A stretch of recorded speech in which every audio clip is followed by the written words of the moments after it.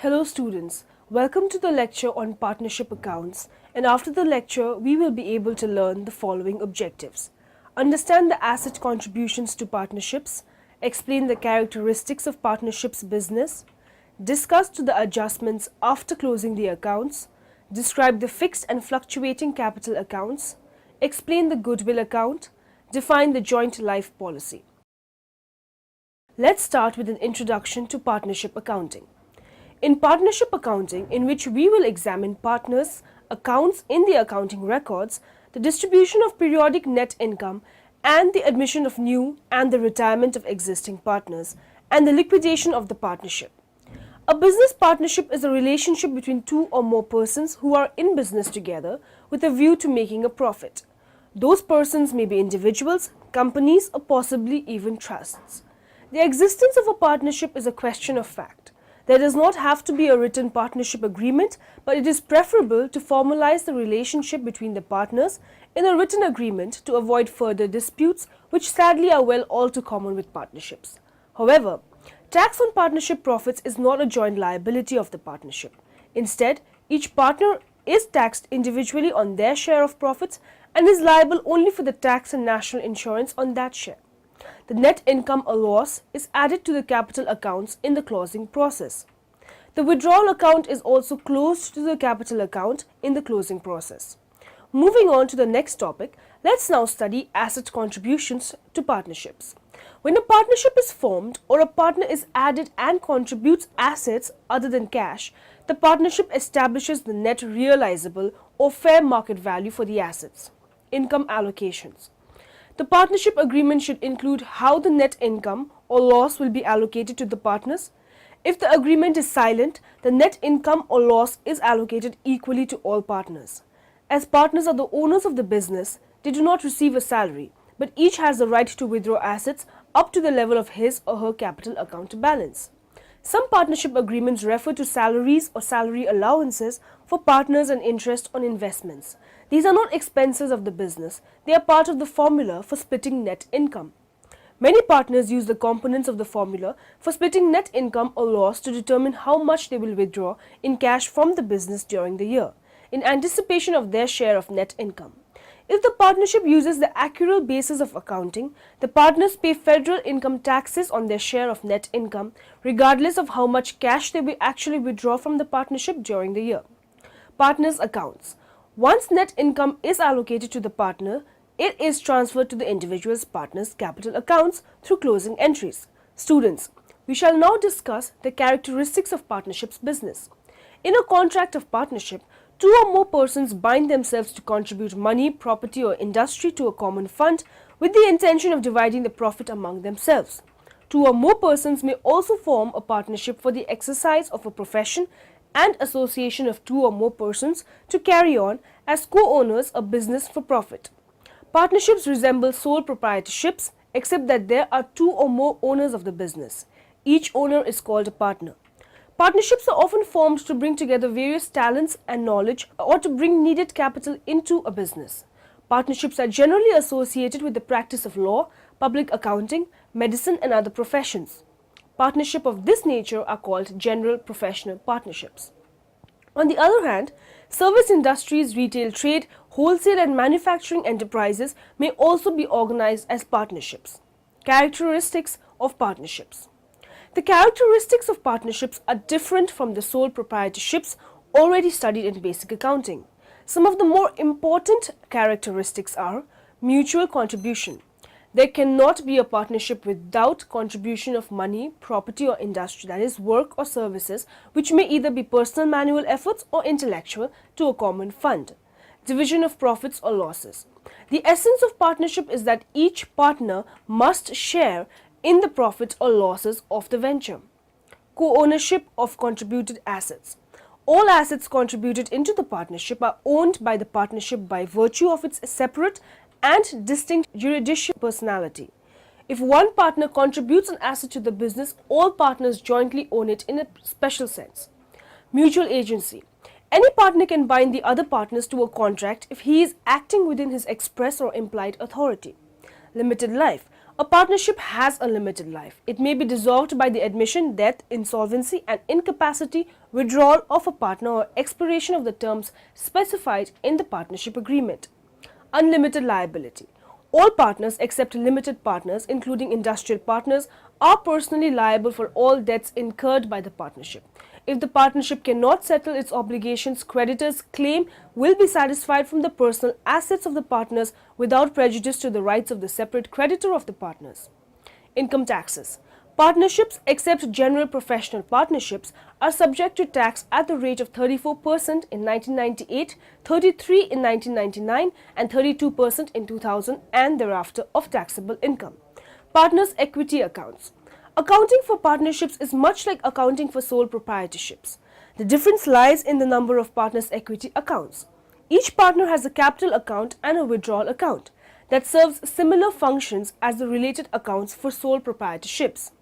Kinds of partnership. According to object, universal partnership of all present property. All contributions become part of the partnership fund. Universal partnerships of profits. All that the partners may acquire by their industry or work during the existence of the partnership and the use of whatever the partners contributed at the time of the institution of the contract belong to the partnership. Particular partnership. The object of the partnership is determine its use or fruit, specific undertaking, or the exercise of a profession or vocation. According to liability, general. All partners are liable to the extent of their separate properties. Limited. The limited partners are liable only to the extent of their personal contributions. In a limited partnership, the law states that there shall be at least one general partner. According to duration, partnership with a fixed term or for a particular undertaking. Partnership at will. One in which no term is specified and is not formed but for any particular undertaking. According to purpose, commercial or trading partnership, one formed for the transaction of business. Professional or non-trading partnership, one formed for the exercise of profession. According to legality of existence, de jure partnership, one which has complied with all the legal requirements for its establishment. De facto partnership, one which has failed to comply with all the legal requirements for its establishment. Partnership deed. Partnership is formed by an agreement. The agreement may be verbal or in writing or may be inferred from the conduct of the partners. To avoid future disputes and differences between the partners, it is desirable to have a written agreement. The written agreement between or among the partners is known as partnership deed, otherwise known as articles of partnership. My name is Keith Hall. I'm a CPA and I work exclusively with small business owners just like you. One of the big questions you have to address in operating your small businesses are how are you going to operate as a corporation, partnership, LLC, sole proprietorship.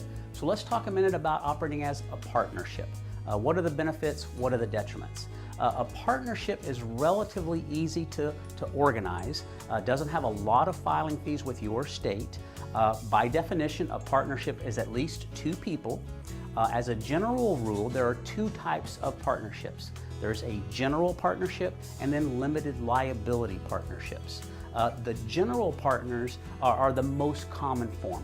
If you just have a friend or a coworker, someone that you form the business together because y'all have a joint idea, most likely you're going to be general partners. And what that means basically is all of the liabilities of that partnership are also going to be liabilities of yours personally.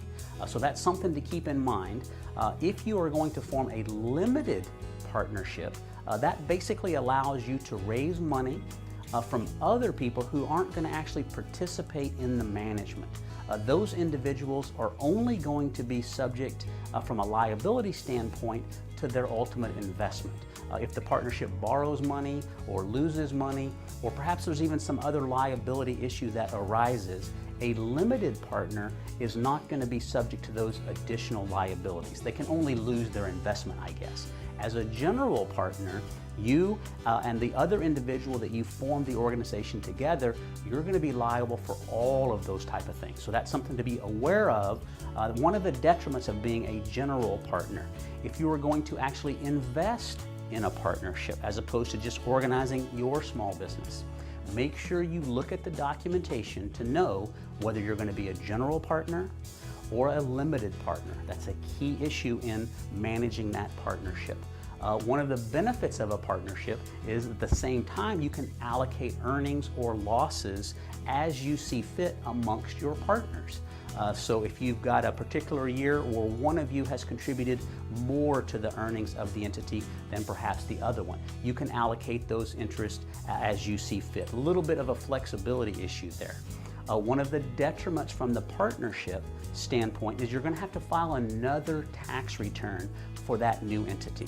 The partnership is going to file an IRS Form 1065. That's a U.S. partnership tax return. Lots of information on those, relatively straightforward. You can download a copy of that form right here at mahalo.com. You can also go to irs.gov and find those forms as well. Now that partnership return is going to generate a Form K1 for each of the owners. Now that K1 is what you're going to use to complete your own tax return. So a little bit of a detriment from a complexity standpoint as well as a cost standpoint, because operating that form of business is going to make you file that extra tax return.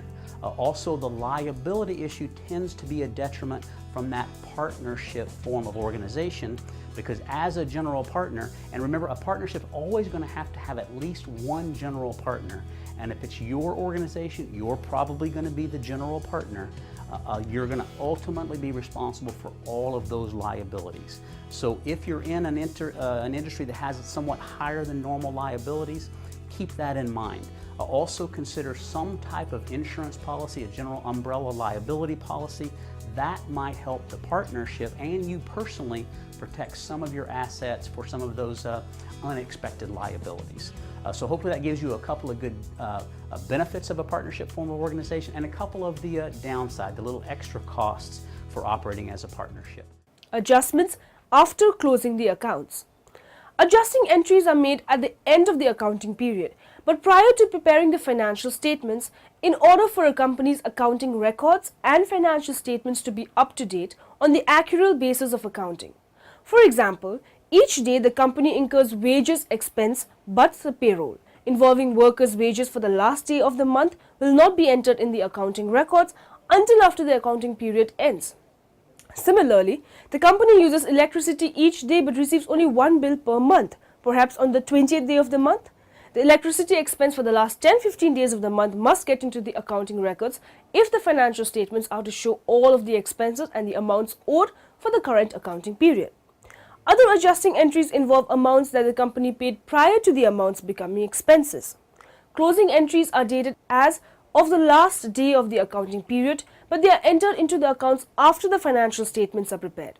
For the most part, closing entries involve the income statement accounts. The closing entries set the balances of all of the revenue accounts and the expense accounts to zero. This means that the revenue and expense accounts will start the new year with nothing in the accounts, allowing the company to easily report the new year revenues and expenses. The net amount of all of the balances from the revenue and expense accounts at the end of the year will end up in retained earnings for corporations or owners' equity for sole proprietorships. Let's study the fixed and fluctuating capital accounts.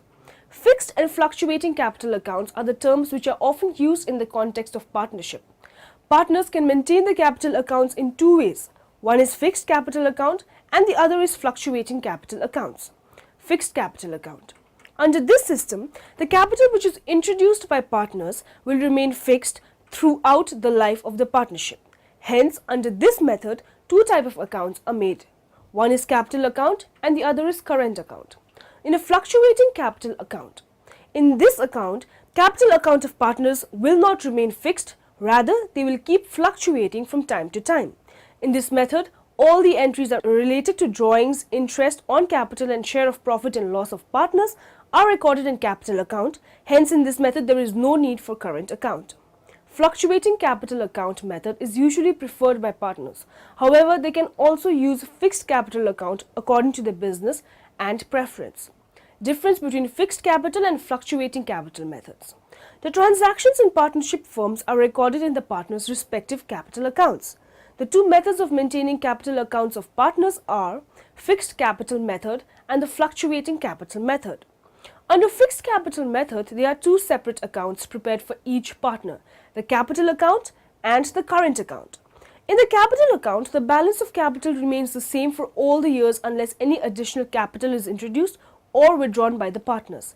In the current account, all the other transactions like drawing, interest, on capital and interest on drawings, share of profit or loss, and salary are recorded, and the balance of the current account keeps changing whenever the transactions take place.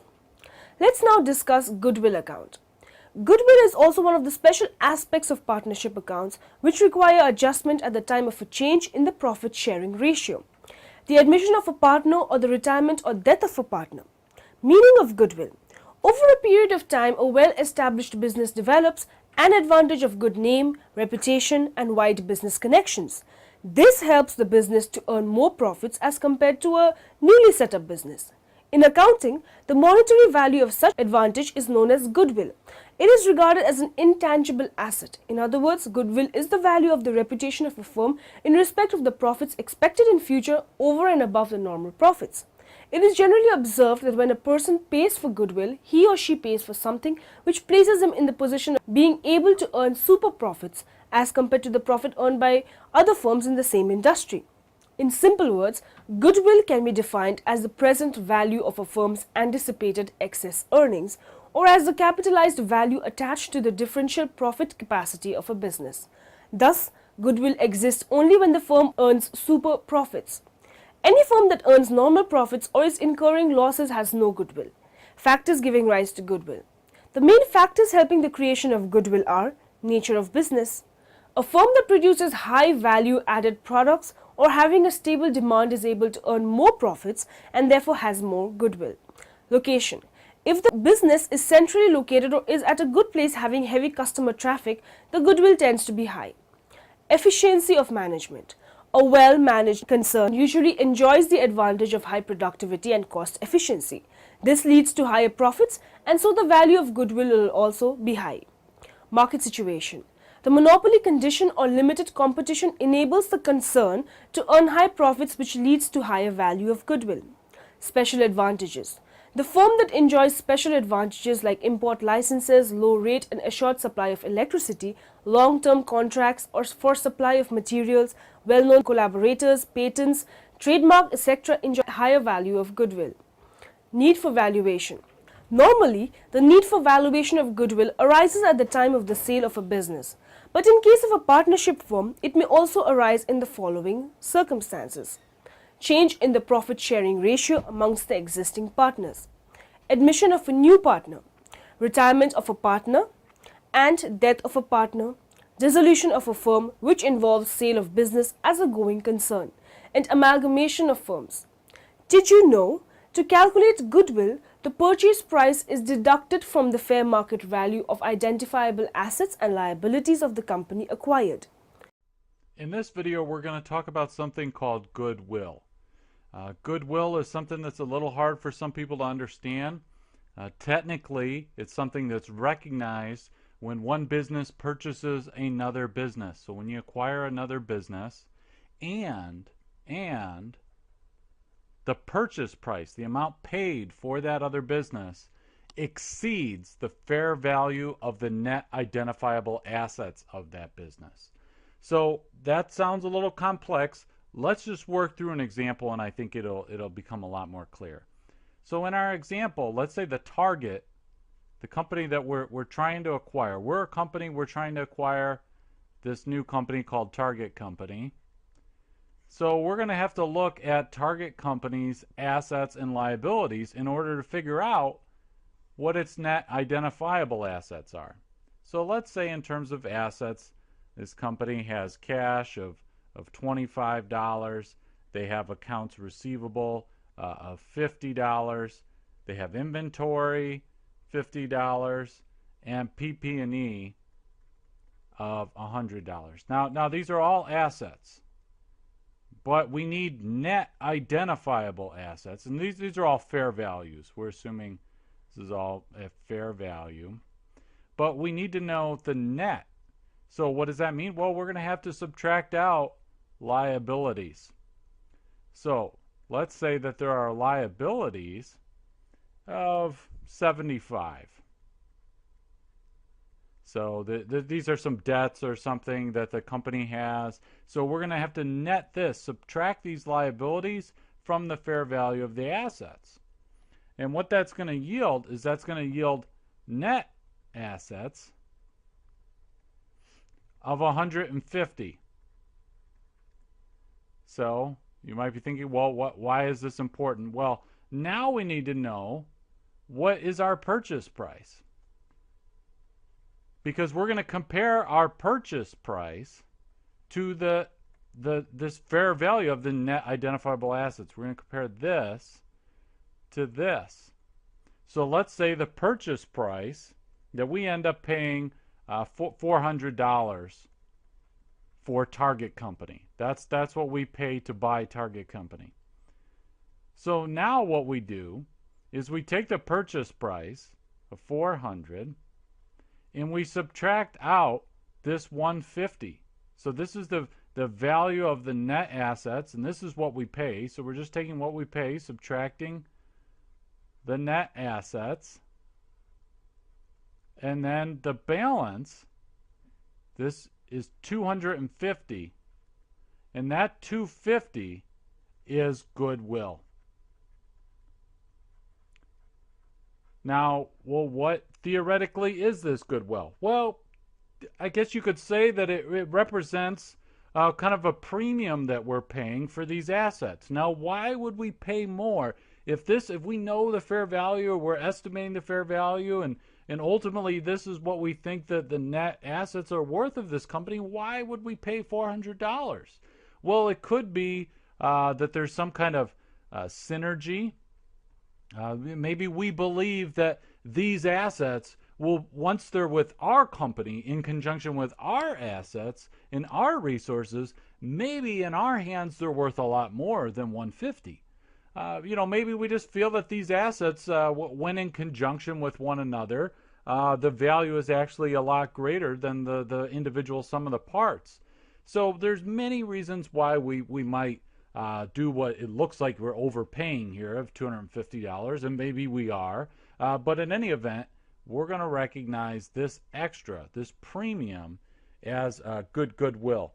So there's a few things that we should note about goodwill. So here's some caveats. So number one, goodwill never internally generated. Okay, we only get this when we're purchasing another company. We can't say, oh, well, we think that we actually, we've got a lot of synergies here, that, we've really built up a good company. And no, it doesn't work like that. You don't internally generate goodwill. It only comes from an acquisition. So another caveat is that we do not amortize goodwill. It is not amortized like some other types of intangible assets. Goodwill is an intangible asset, but some assets that are tangible, we go ahead and amortize them over time. Goodwill is never amortized. However, goodwill can, in certain circumstances, it can be impaired. So sometimes you'll hear that after following an acquisition, maybe a year or two down the road, you'll hear of a firm saying, oh, we took this really big charge or this really big impairment related to goodwill. Joint life policy. A life insurance policy obtained jointly on the lives of the members of a partnership firm is called a joint life policy. Since the firm has an insurable interest in the lives of its members, hence to make finances available for payment to the retiring partner on his retirement or to the legal heirs of the deceased partner, it obtains a joint life policy. The payment for the policy may be either privately by the partners or by the firm. The joint life policy matures on the death of any one of the partners or on the expiry of the time for which it is obtained. Maturity of the policy means that the insurance company becomes liable to pay the sum assured to the firm either on the death of a partner or on the expiry of the time, whichever happens earlier. Accounting treatment. The premium on the joint life policy may be paid either privately by the partners or by the firm. When the premium is paid privately by the partners, then no accounting treatment is required in the books of the firm. But when the premium is paid out of the firm's cash, then the transactions relating to joint life policy will have to be shown in the books of the firm. The treatment of joint life policy of the firm will depend upon the fact whether the premium paid has been considered as revenue expenditure or capital expenditure. When premium paid is considered by the firm as a revenue expenditure, then it opens an account called Joint Life Policy Premium account. Premium paid annually is debited to this account and credited to cash account. At the end of the year, the premium paid is transferred to Joint Life Policy account. These two entries of payment of premium and its writing off to its profit and loss account are recorded every year. On maturity of the policy, amount received from the insurance company is credited to the capital accounts of all the partners, including the retired or the deceased partner, in their profit sharing ratio. Premium paid is debited to this account and credited to bank account. At the end of the year, the Joint Life Policy Premium account is reduced to surrender value by debiting the difference between the premium paid and surrender value. Now, in the end, let us summarize what we have learned in this lecture. A business partnership is a relationship between two or more persons who are in business together with a view to making a profit. Partnerships resemble sole proprietorships except that there are two or more owners of the business. A corporation has the capacity of continued existence regardless of the death, withdrawal, insolvency or incapacity of its directors or stockholders. Partnerships of this nature are called general professional partnerships. Goodwill is also one of the special aspects of partnership accounts which require adjustment at the time of a change in the profit sharing ratio, the admission of a partner or the retirement or death of a partner.